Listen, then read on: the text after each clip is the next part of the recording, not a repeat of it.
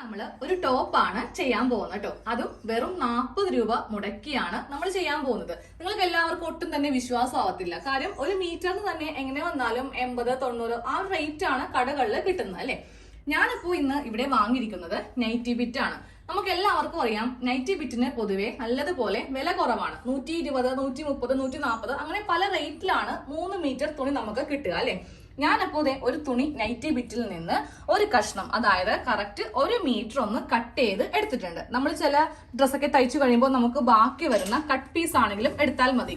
ഇത് വെച്ചിട്ട് നമ്മൾ ഇന്ന് നല്ല ഭംഗിയുള്ള ഒരു ടോപ്പ് ഒന്ന് ചെയ്ത് എടുക്കാൻ പോവാണ് കേട്ടോ.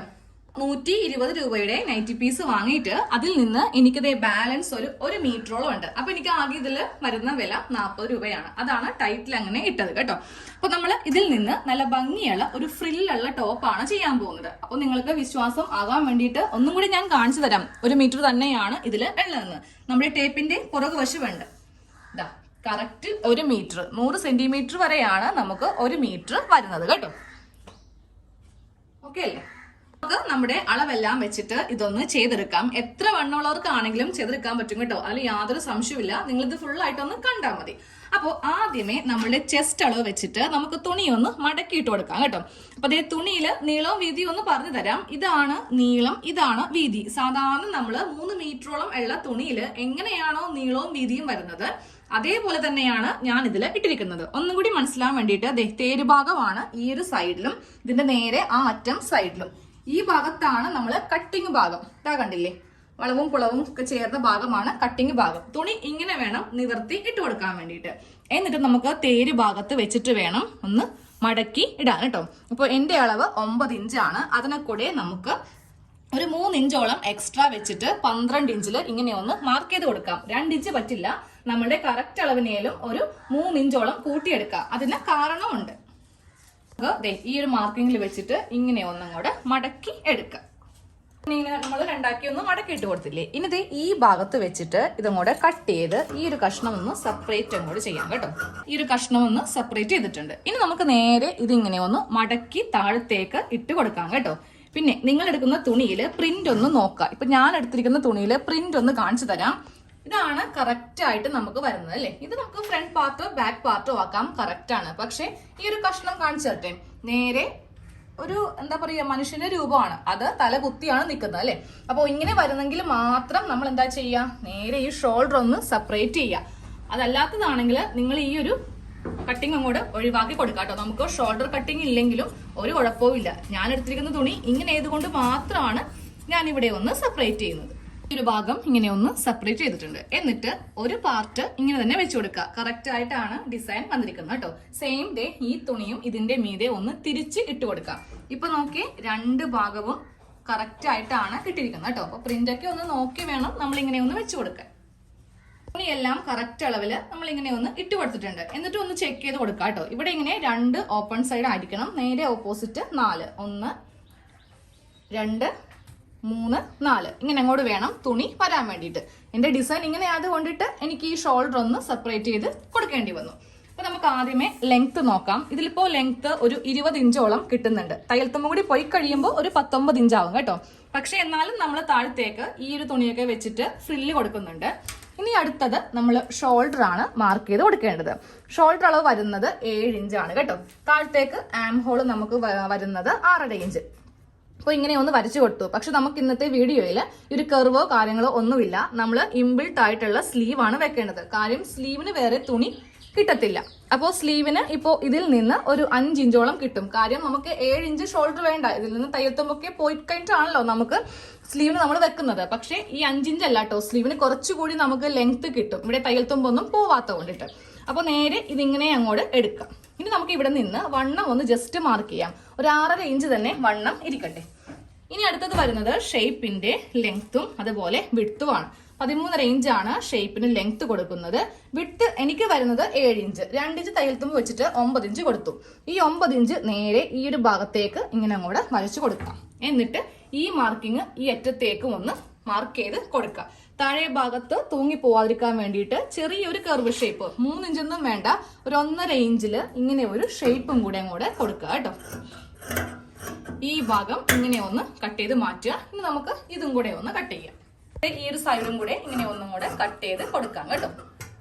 അപ്പൊ ഇങ്ങനെ ഒന്ന് കട്ട് ചെയ്തെടുത്തിട്ടുണ്ട്. ഇനി നമ്മൾ അടുത്തത് കട്ട് ചെയ്യാൻ പോകുന്നത് നെക്കാണ്. നെക്ക് ചെയ്യുമ്പോൾ രണ്ടും സെപ്പറേറ്റ് വേണം ചെയ്യാൻ വേണ്ടിയിട്ട്. 3 ഇഞ്ച് നെക്ക് വീതി കൊടുക്കുക. ആദ്യമേ ബാക്ക് നെക്ക് ചെയ്യാം. ബാക്ക് നെക്കും 3 ഇഞ്ച് ആണ്. എന്നിട്ട് ഒരു സ്ക്വയർ ബോക്സ് വരച്ചിട്ട് യു മതി ബാക്കിൽ. ഇതുപോലത്തെ ഒരു യു ഒന്ന് കട്ട് ചെയ്ത് എടുക്കുക. ഇതുപോലത്തെ ഒരു നെക്ക് കട്ട് ചെയ്ത് അങ്ങോട്ട് എടുത്തിട്ടുണ്ട്. ഇനി നമുക്ക് ഫ്രണ്ട് നെക്കും കൂടെ ചെയ്യാം. ഫ്രണ്ട് നെക്കാണ് ചെയ്യാൻ പോകുന്നത്. 3 ഇഞ്ച് ലെങ്ത്, 3 ഇഞ്ച് വീതി, 5 ഇഞ്ച് ലെങ്ത്. എന്നിട്ട് നമ്മൾ നേരെ ഇങ്ങനെ ഒരു നെക്കാണ് ഫ്രണ്ടിൽ കൊടുക്കാൻ പോകുന്നത് കേട്ടോ. അധികം വൈഡ് ആക്കാത്ത ഒരു വി മോഡൽ ഒന്നും കൂടെ കട്ട് ചെയ്ത് എടുക്കാം. ഇതുപോലത്തെ ഒരു നെക്ക് ഫ്രണ്ടിലും കൂടെ കൊടുത്തിട്ടുണ്ട്. ഫ്രണ്ട് നെക്കാണ് ഈ കാണുന്നത്. ഇനി ബാക്കിയുള്ള ഈ തുണി നമ്മൾ ചെയ്യേണ്ടത് രണ്ടായിട്ടൊന്ന് കട്ട് ചെയ്ത് എടുക്കണം. അതായത് ഈ ഒരു ഭാഗമാണ് സെപ്പറേറ്റ് ചെയ്യേണ്ടത്. ഒന്ന് മടക്കി, ഒന്നും കൂടെ മടക്കി, ഒന്നും കൂടെ മടക്കി.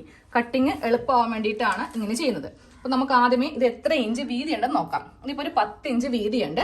അതിന്റെ സെന്ററിൽ 5 ഇഞ്ചിൽ ഇങ്ങനെ ഒന്ന് മാർക്ക് ചെയ്ത് കൊടുത്തിട്ട് നമുക്കിതൊന്ന് രണ്ടാക്കി എടുക്കാം.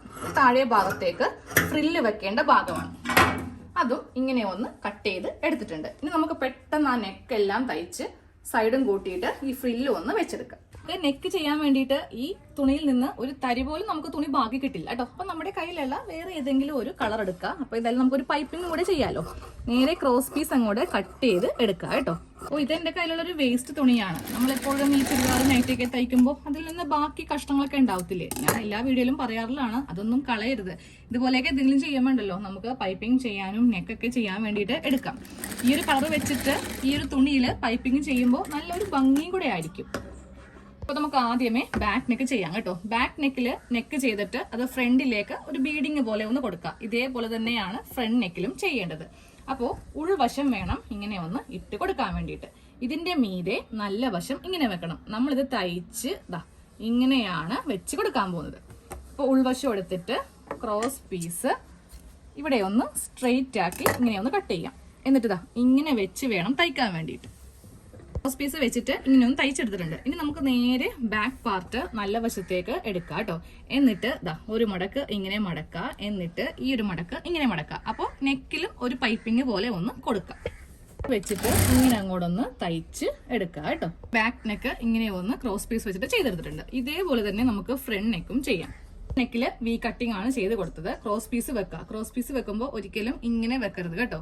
കുറച്ച് കയറ്റി വേണം വെക്കാൻ വേണ്ടിയിട്ട്. എന്നാലും നമുക്ക് ഇവിടെ ഇങ്ങനെ സ്ട്രെയിറ്റ് കട്ട് ചെയ്ത് പോവാനായിട്ട് പറ്റത്തുള്ളൂ. ഇവിടെ നിന്ന് ഇവിടം വരെ, അതായത് ഈ വി കട്ടിങ്ങിന്റെ ഈ ഒരു ഭാഗത്ത് കൊണ്ടുവന്ന് തയ്ച്ച് നിർത്തണം. നീഡില് ഇറക്കിയിട്ട് വേണം ഇങ്ങോട്ടേക്ക് തയ്ക്കാനായിട്ട്.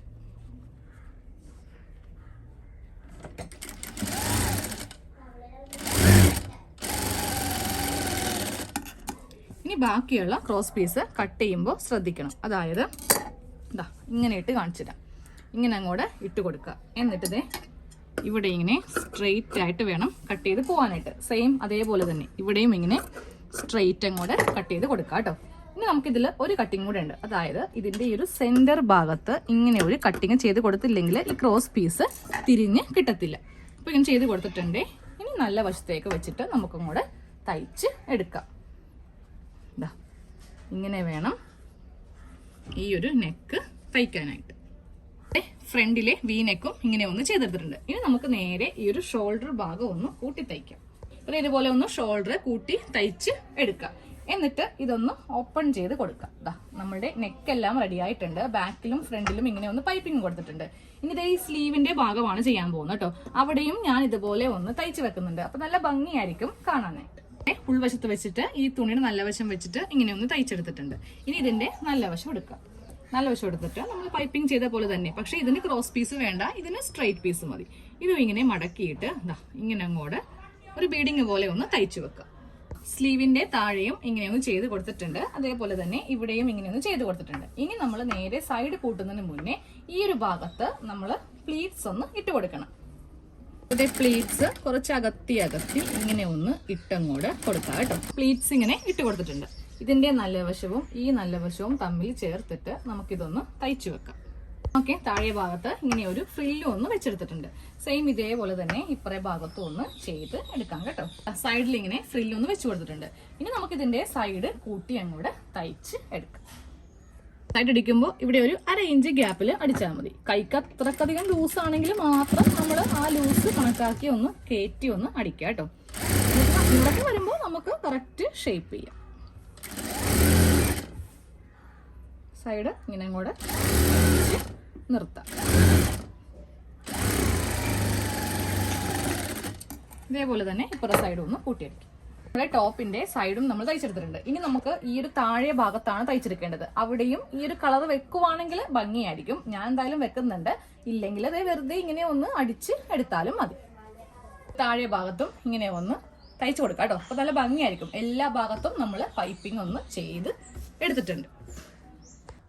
അപ്പോൾ ഇത് നമ്മുടെ ടോപ്പ് റെഡി ആയിട്ടുണ്ട്. നമുക്കിത് പാൻറ്റിന്റെ കൂടെയോ ഇല്ലെങ്കിൽ പാവാടയുടെ കൂടെയോ ഒക്കെ ഇടാം കേട്ടോ. പുറത്ത് പോകുമ്പോൾ നിങ്ങൾ അങ്ങനെ തയ്ക്കുക. ഇല്ലെങ്കിൽ വീട്ടിലിടാണെങ്കിൽ അങ്ങനെ.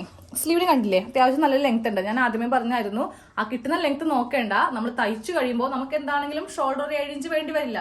തയ്യൽ തുമ്പ് പോകുമല്ലോ. പക്ഷെ ഇതിലങ്ങനെ തയ്യൽ തുമ്പ് പോകുന്നില്ല. അപ്പോൾ ഇങ്ങനെ ഒന്ന് ചെയ്ത് എടുക്കാം കേട്ടോ. ജീൻസിൻ്റെ കൂടെയൊക്കെ ഇടാൻ പറ്റും. നല്ല ഒരു മോഡലാണ്.